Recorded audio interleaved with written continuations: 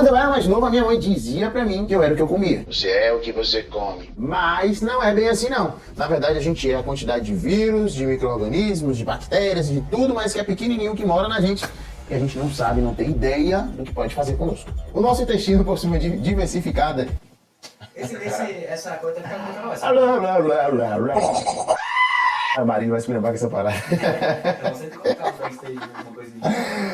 O nosso intestino possui bilhões de diversificadas espécies de micróbios que fazem diversas funções. Dentre essas funções, elas degradam compostos complexos da nossa dieta, mas não fica nisso aí não. Eles também são responsáveis por ajudar a regular o nosso metabolismo e também o nosso sistema imune. Ah, mas então você tá me dizendo que esses micro-organismos e bactérias, nem todos eles são ruins, como o Covid, como o vírus da gripe e tantos outros vírus e bactérias que tem por aí matando um monte de gente.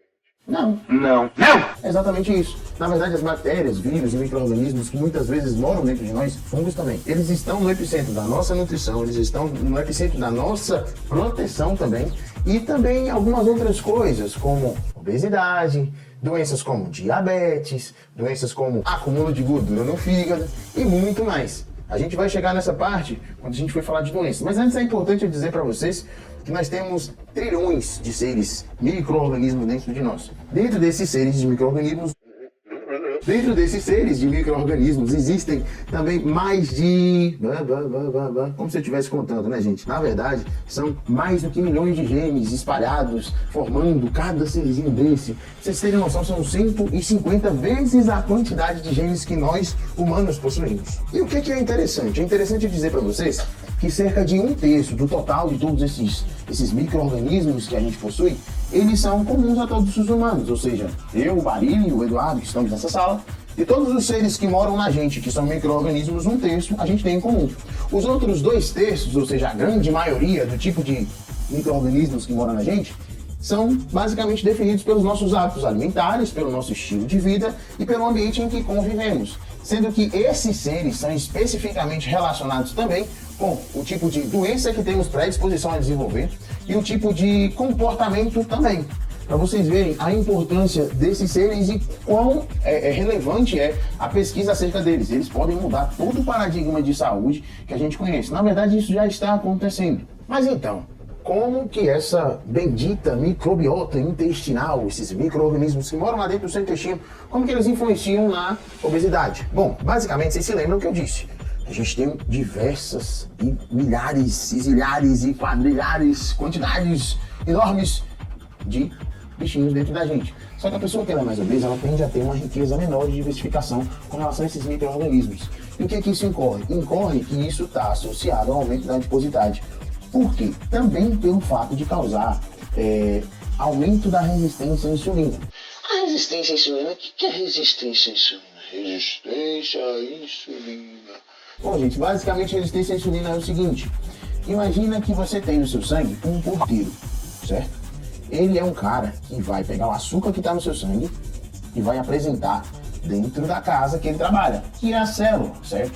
O que acontece? Se esse porteiro ele inexiste, esse açúcar não consegue ser apresentado para a casinha, que é a célula, e ele não entra dentro dessa célula, entende? Então a gente precisa do porteiro para pegar o açúcar que está no sangue e levar para dentro da célula, a célula produzir energia a partir desse açúcar e todo mundo ficar feliz e cantando. Só que quem tem resistência à insulina tem algum defeito nesse porteiro, na insulina. Então esse açúcar fica sempre em excesso no sangue e você sempre fica com baixa energia. Além desse sangue ficar, digamos assim, viscoso demais. Isso vai acabar acontecendo em outras consequências que eu não vou entrar aqui nesse mérito. O fato é, essa resistência à insulina predispõe, além da diabetes, à obesidade. E quem predispõe à resistência à insulina, muito disso também se dá pelo fato de você ter uma microbiota menos diversificada, como eu expliquei para vocês.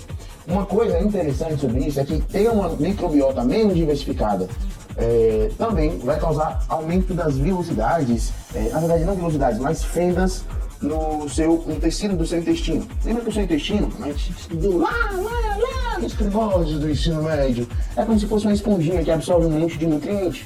Só que imagina se essa esponjinha que está ali para filtrar o que deve entrar e o que não deve entrar. Imagina que fendas fossem marcadas nessa esponjinha e agora passa a entrar coisas que não deveriam.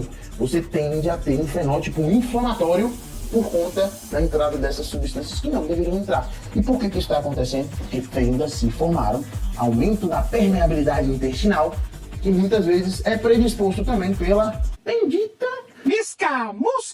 microbiota pouco diversificada, Barili. Então, Barili, pelo amor de Deus, você precisa de fazer um cocôzinho bem nutritivo. E eu vou falar sobre cocô. Cocô é uma palavra feia, né, cara? Isso vai ficar feio nesse vídeo. Fezes, digamos assim.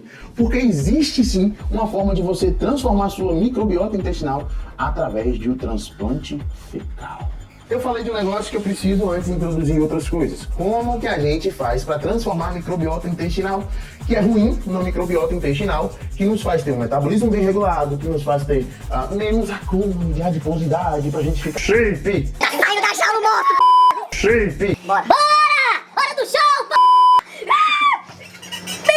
Não no shape ideal que as revistas pregam por aí, mas no shape que você se sente bem, cara. Vamos lá, existem algumas estratégias. A primeira eu já citei, que é a bendita dieta. Aliás, como minha mãe dizia, é o que você come. A mãe não estava errada não, a mãe tá ok. Porque o que você come define basicamente o tipo de bichinho que você tem no seu intestino.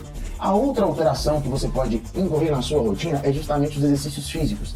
Eles também predispõem uma mutação dessa microbiota para algo mais saudável, algo que está mais longe daquelas doenças de comorbidades, aquelas que eu citei no início desse vídeo. E assim, só para dar uma pincelada, para não deixar no vácuo, eu vou falar sobre o tal do transplante fecal que eu falei lá no começo. Não é pegar o negócio de uma pessoa e colocar em outra pessoa não, porque não é esse negócio fedorento que vocês estão pensando aí não. Mas vamos lá. Isso, na verdade, é um experimento ainda. Não tem nada muito concreto sobre isso. O fato é que já existe uma pesquisa bem estabelecida da transferência de microbiota intestinal de uma pessoa saudável para uma pessoa com uma determinada quantidade de bactérias que produziam uma infecção intestinal, que é Clostridium difficile. Ela é uma bactéria que faz uma doença que se chama colite, mas eu também não vou entrar nesse mérito. O fato é que essa transferência redundou na melhora de 90% das pessoas que estavam com a doença. Tem outras duas pesquisas em humanos que fizeram justamente o fato de transferir uma microbiota saudável para pessoas obesas. E percebeu-se que ao longo de 6 semanas, aquelas pessoas obesas elas tiveram uma resistência à insulina diminuída. Lembra da resistência à insulina lá atrás que eu falei para vocês, do porteirinho do Barili aí? Enfim, o que acontece? Então, há uma nova luz surgindo acerca dessa nova abordagem terapêutica, que é esse transplante de microbiota. Esse termo, transplante fecal, não fui eu que inventei, tá no artigo científico. Eu vou deixar até o DOI aí para vocês darem uma olhadinha no final. Então o campo ainda é uma área muito emergente. Ainda há muito a se descobrir sobre essa coisa de como a microbiota intestinal pode influenciar nas nossas vidas. Fato é, saber mais sobre esse mundo microbiológico com certeza vai alterar muito a nossa abordagem a muitas doenças, no sentido tanto de preveni-las e no sentido de tratá-las também. Como assim? Imagina se você conseguisse identificar o microbioma intestinal de uma criança e através dele você predispor quais doenças aquela criança tem mais chance de ser acometida ao longo dos anos. Com certeza você vai querer fazer alguma coisa antes disso acontecer se a criança for seu filho, não vai? Isso também é uma coisa sugerida em um dos artigos que eu peguei. Achei extremamente interessante e é justamente para que você abra a sua cabeça. E agora, o que a gente pode fazer para estar pensando nessa coisa de melhorar a microbiota intestinal, para a gente se tornar uma pessoa menos inflamada e emagrecer? Justamente uma boa dieta e uma prática de exercícios físicos regulares, ok? Então, gente, é isso. Fica aqui mais um videozinho para vocês. Quem gostou daquele like, vai lá e se inscreve nesse canal, pelo amor de Deus. Ou simplesmente deixe seu comentário aqui, é sempre um prazer, tá bom? Então faz o seguinte, então você pode clicar aqui do lado e se inscrever nesse canal, tá bom? Ou então você pode ir aqui em cima e entrar nessa porta com esse cara aqui, ele é mal encarado, eu não entraria, tá bom?